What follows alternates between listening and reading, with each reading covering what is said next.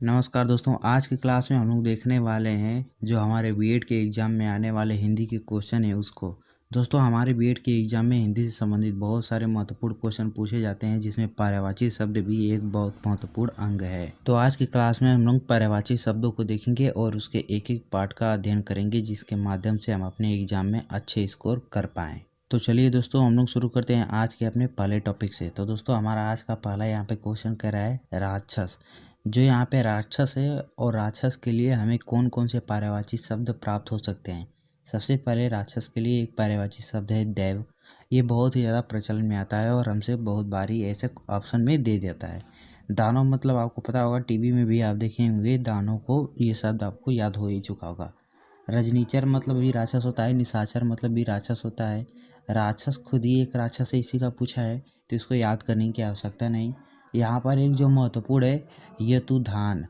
यतुधान ये महत्वपूर्ण है क्योंकि ये नया शब्द आया है चलन में।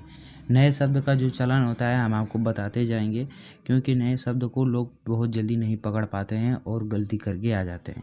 तो यहाँ पर जो दो महत्वपूर्ण चीज़ें मैं आपको बताना चाहूँगा, एक दैव जरूर से याद रखिएगा, रजनीचर और यतुधान। ये तीन चीज़ें आपको अच्छे से याद करना है राक्षस के लिए। इसके बाद देखते हैं अपने अगले क्वेश्चन को। यहाँ पे कह रहा है अक्षर। अक्षर उसे कहते हैं जो आप हिंदी के वर्णमाला को लिखते हैं या फिर अंग्रेजी के वर्णमाला को लिखते हैं, जैसे अ, क, ख, म, ब। इसको एक एक चीज़ को अक्षर कहेंगे। यहाँ पर एक अक्षर के लिए आएगा जो महत्वपूर्ण पर्यायवाची शब्द है हरफ। वर्ण मतलब तो आपको पता ही होगा, वर्ण हिंदी हो या अंग्रेजी हो, अंग्रेजी में वर्ण कहते हैं, हिंदी में वर्ण। तो वर्ड्स और वर्ण ये एक हो गया, लेकिन हरफ बहुत लोगों को नहीं पता होगा, तो हरफ आप लोग याद रखिएगा। इसके बाद एक होता है अनार। अनार ये फल है, इसका जो हमें पर्यायवाची मिलेगा ये दांडी मिलेगा, शुक्रप्रिय मिलेगा और राम बीज मिलेगा। इसके बाद देखते हैं आँख। जो हमारा आँख होता है उसके लिए पर्यायवाची शब्द देखते हैं नेत्र, नयन, नेत्र, नयन, चक्षु, दृग, अच्छी, लोचन। जो हमारा नेत्र है इसके ये सब पर्यायवाची शब्द हैं। मुझे आशा है कि आप बचपन से ही इसको पढ़ते आ रहे होंगे और आपको इसे याद करने में ज़्यादा कठिनाई नहीं होगी। इसके बाद जो हमारा यहाँ पर अगला चीज़ है वो है, यहाँ पर गलती हो गया है, यहाँ पर रहना चाहिए घोड़ा। घोड़ा के लिए हमें जो भी अश्व या फिर घोड़ा कहें, इसका पर्यायवाची हमें मिलेगा यहाँ पर है घोड़ा, बाजी, तुरंग, सैंधव और घोटक। ये अश्व के लिए सारे पर्यायवाची हैं। यहाँ पर अमृत नहीं रहेगा, अश्व रहेगा। इसके बाद अमृत का हम लोग पर्यायवाची देखते हैं क्या होता है। यहाँ पर अमृत है और अमृत के लिए पर्यायवाची होगा अमीय, विषु और पीयूष, सुधा, सोम। पीयूष बहुत ज़्यादा एग्जाम में पूछा जाता है, तो हम लोग पीयूष को थोड़ा सा ध्यान में रखेंगे क्योंकि एग्जाम में बहुत ज़्यादा बार पूछ लिया जाता है। इसके बाद देखते हैं आय। आय मतलब होता है इनकम। यहाँ पर देखते हैं रसाल, आम्र और सौरभ। तो आय का ये सब पर्यायवाची हैं। इसके बाद देखते हैं आग। जो आग ही जलता है घरों में, उसका यहाँ पर देखते हैं पावक हो जाएगा, अनल, अनल हो जाएगा आग, और वैश्वानगर, वैश्वानर हो जाएगा। ये आग का पर्यायवाची है। अनाज संबंधी देख लेते हैं। जो अनाज के संबंधित बातें हैं, अनाज के यहाँ पर हो जाएगा अन्य, शस्य और यहाँ पर गल्ला, धान्य। गल्ला मतलब तो आप समझते होंगे कि जो गाँव में लोग रहते हैं, सरकार की तरफ से जो कोटा में अनाज आता है वहाँ से ले जाते तो उसको गल्ला बोलते हैं। तो वहाँ पर एक चीज़ तो आपको ऐसे ही याद हो गया, अन्य मतलब आपको पता होगा, शस्य आपको याद करना होगा, और धान्य मतलब जैसे धान मान लीजिए। इस तरीके से आपको शॉर्टकट ट्रिक याद करके इसी चीज़ों को ध्यान में रख सकते हैं। देखते हैं अपने अगली चीज़ को। यहाँ पर है किरण। किरण के लिए जो हमारे पास पर्यायवाची शब्द होंगे वो होगा रश्मि और कर, अंशु और मरीचि। ये हमारे पास चार किरण के लिए पर्यायवाची शब्द मौजूद हैं और इसको हम लोग याद रखेंगे।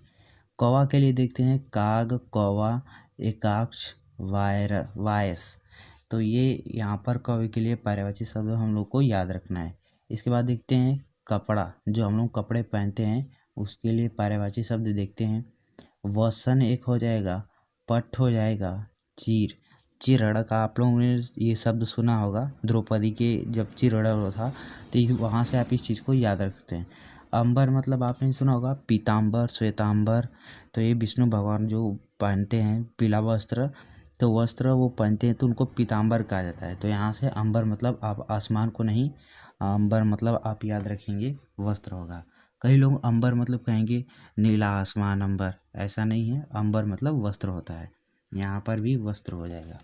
इसके बाद यहाँ पर कोयल है। कोयल के लिए पर्यायवाची शब्द देखेंगे कोकिल, वत्स, तरदूत और कलकंड, वनप्रिय, पिक। कुबेर जो हैं इनके लिए देखेंगे यक्षराज कहा गया है, यक्षपति कहा गया है, किन्नरेश कहा गया है, धनाधिप कहा गया है। तो कुबेर को इतने सारे नाम से हम लोग जानते हैं, तो इसको हम लोग याद रखेंगे। यहाँ पर भी कुछ नाम दिए गए हैं कलिका, मुकुल और कली। यहाँ पर भी कुछ कुबेर के लिए नाम दिए गए हैं। कुबेर का भी बहुत महत्वपूर्ण है क्योंकि एग्जाम में पूछ दिया जाता है, क्योंकि कुबेर जो धन के देवता माने जाते हैं, इसलिए इनके बारे में भी पूछ दिया जाता है। कामदेव के बारे में देखते हैं, तो कामदेव का जो पर्यायवाची शब्द होगा मदन होगा, रतिपति होगा। जो कामदेव की पत्नी है उनका नाम है रति, तो यहाँ पर रति के पति को दर्शाया गया है कि रति के पति को कामदेव कहा जाता है। मनोज मतलब कामदेव होता है, कंदर्प मतलब भी कामदेव, अनंग कामदेव का पर्यायवाची है। इसके बाद देखते हैं हम लोग अपने अगले पर्यायवाची शब्दों को। एक होता है इच्छा। इच्छा के लिए हम लोग पर्यायवाची शब्द देखते हैं क्या होता है। मनोरथ होता है, कामना होता है, जैसे मेरी ये कामना है, मेरी ये मनोरथ है। चाह होता है, अभिलाषा होता है, आकांक्षा होता है, इप्सा होता है। तो हमारे इच्छा जो है इनके लिए इतने सारे पर्यायवाची शब्द मौजूद हैं और हम इन सबको याद रखेंगे। ये सारे बहुत ही हल्के शब्द हैं जो आपको याद हो जाने चाहिए। ओठ है जो मनुष्य का होता है, उसके लिए यहाँ पर दिया गया है। एक हो गया ऊँट, ओष्ठ संस्कृत भाषा है।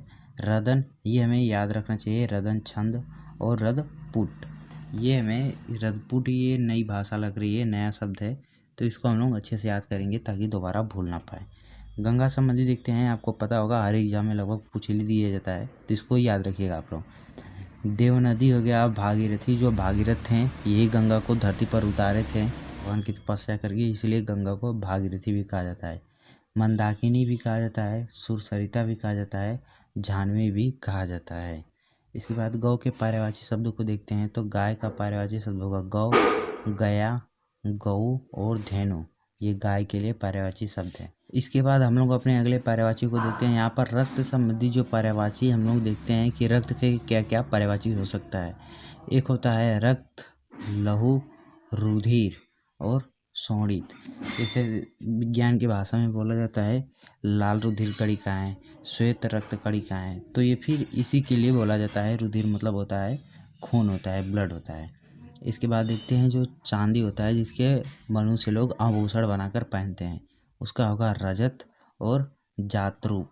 तो इसके लिए चांदी का ये दो पर्यायवाची शब्द हैं। जीभ होता है जीहा और रसना।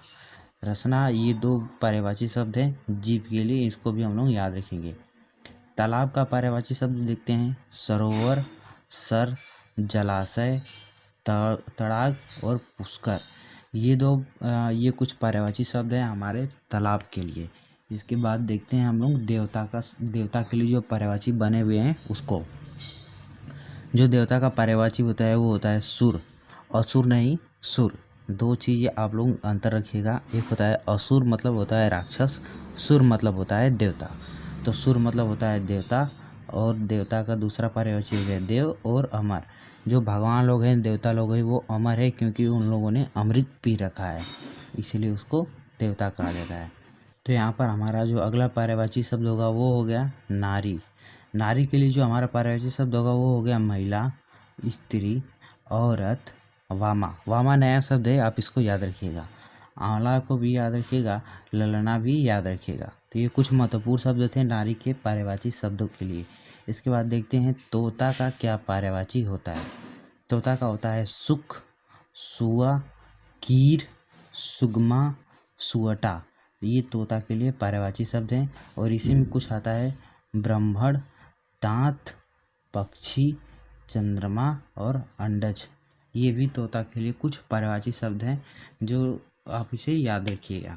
नदी के लिए पर्यायवाची शब्द देखते हैं, यहाँ पर सरिता हो जाएगा, नदियाँ हो जाएगा, दरंगड़ी हो जाएगा, तटनी हो जाएगा। तो ये नदी का पर्यायवाची शब्द है और इस नदी के पर्यायवाची शब्दों को आप याद रखिएगा। इसके बाद देखते हैं कुछ अपने अगले पर्यायवाची शब्दों को। अगला जो हमारा पर्यायवाची यहाँ पर कह रहा है वो है गधे के लिए। गधे के लिए जो हमारा पर्यायवाची शब्द यूज होगा यहाँ पर वैशाख नंदन। वैशाख नंदन होगा। गधे को संस्कृत में कहा जाता है वैशाख नंदन। तो अगली बार से यदि आपको किसी को गधा कहना होगा तो उसे कहिएगा हे वैशाख नंदन, तो उसे बुरा भी नहीं लगेगा, सुनने में भी अच्छा लगेगा और आप उसे गधा भी कह सकते हैं। अगला जो है गधर्व और इसके बाद रासव। ये हो गए गधे के 3 पर्यायवाची शब्द। और इसके बाद देखते हैं सेना के लिए पर्यायवाची शब्द। एक हो गया चमू और उसके बाद हो गया कटक, सैन्य और अनी। ये गधे के लिए पर्यायवाची शब्द हो गए। सेना के लिए पर्यायवाची शब्द हो गए। बिजली के लिए पर्यायवाची शब्द देखते हैं। ये तो आपको याद ही होगा क्योंकि ये शुरू से ही पढ़ाया जाता है। यहाँ पर हो गया दामिनी, सौदामिनी, तड़ित, चपला और चंचल। आप देखते हैं बिजली जो आती है अपने मन का इधर उधर खूब घूमती है, इसलिए उसको चंचल कहा जाता है। इसके बाद देखते हैं लक्ष्मी के लिए पर्यायवाची शब्द। लक्ष्मी मतलब धन भी होता है और एक विष्णु भगवान की जो पत्नी कहा जाता है उनको भी लक्ष्मी कहा जाता है। रमा होता है, कमला होता है, जो कमल पर वो विराजमान करती हैं इसलिए उनको कमला भी कहा जाता है। इंदिरा कहा जाता है, श्री कहा जाता है, पद्मा कहा जाता है, सिंधु सुता कहा जाता है। तो ये माता लक्ष्मी के लिए पर्यायवाची शब्द हैं, इनको हम लोग याद रखेंगे। इसके बाद हम लोग देखते हैं मुर्गी के लिए पर्यायवाची शब्द। तो मुर्गी के लिए पर्यायवाची शब्द हम लोग यहाँ पर देखते हैं और यहाँ पर हो गया ताम्रचूड़।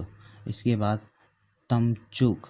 कितने सुंदर और बड़े नाम है, एकदम धाकड़ नाम है और मुर्गा को हम लोग काट कर लोग ऐसे ही खा जाते हैं। इसके बाद देखते हैं भौरा। भौरे का पर्यायवाची शब्द मधुप हो जाएगा, मधुकर हो जाएगा, अली हो जाएगा, षटपद हो जाएगा और भ्रीक हो जाएगा। तो ये भौरा का पर्यायवाची शब्द हो गए। इसके बाद देखते हैं जो मटका होता है उसका पर्यायवाची शब्द। एक हो गया कलश, घड़ा और निप, कुंभ। तो ये हो गया मटका का पर्यायवाची शब्द। तो यहाँ पर हमारे कुछ महत्वपूर्ण पर्यायवाची शब्द खत्म होते हैं। दोस्तों यहाँ से हमने अपने पर्यायवाची के सारे महत्वपूर्ण शब्दों को कंप्लीट कर लिया है। हमें पूरी आशा है कि यहाँ से आपके एग्जाम में ज़रूर कोई ना कोई प्रश्न कैच करना चाहिए। यदि आप स्वयं से पढ़ना चाहते हैं, इसको खुद से प्रैक्टिस करना चाहते हैं, तो ये सारे पर्यायवाची आपको हमारे वेबसाइट पर मिल जाएंगे। वेबसाइट का लिंक नीचे डिस्क्रिप्शन में मौजूद है, आप वहाँ से जाकर इन सारे पर्यायवाची को डाउनलोड कर सकते हैं। अगले क्लास में पर्यायवाची को हम लोग प्रैक्टिस करेंगे और इसी के साथ जो हमारे आने वाली अगली क्लासेस होंगी उसको एक बार पढ़ेंगे, फिर उसके नेक्स्ट क्लास में हम लोग प्रैक्टिस करेंगे। यदि आप पहली बार हमारे चैनल पर आए हैं तो चैनल को सब्सक्राइब कर बेल आइकन को ज़रूर प्रेस करें और साथ ही अपने दोस्तों के पास इस वीडियो को ज़रूर शेयर करें। तो मिलते हैं आपसे अपने अगले वीडियो में, तब तक के लिए नमस्कार।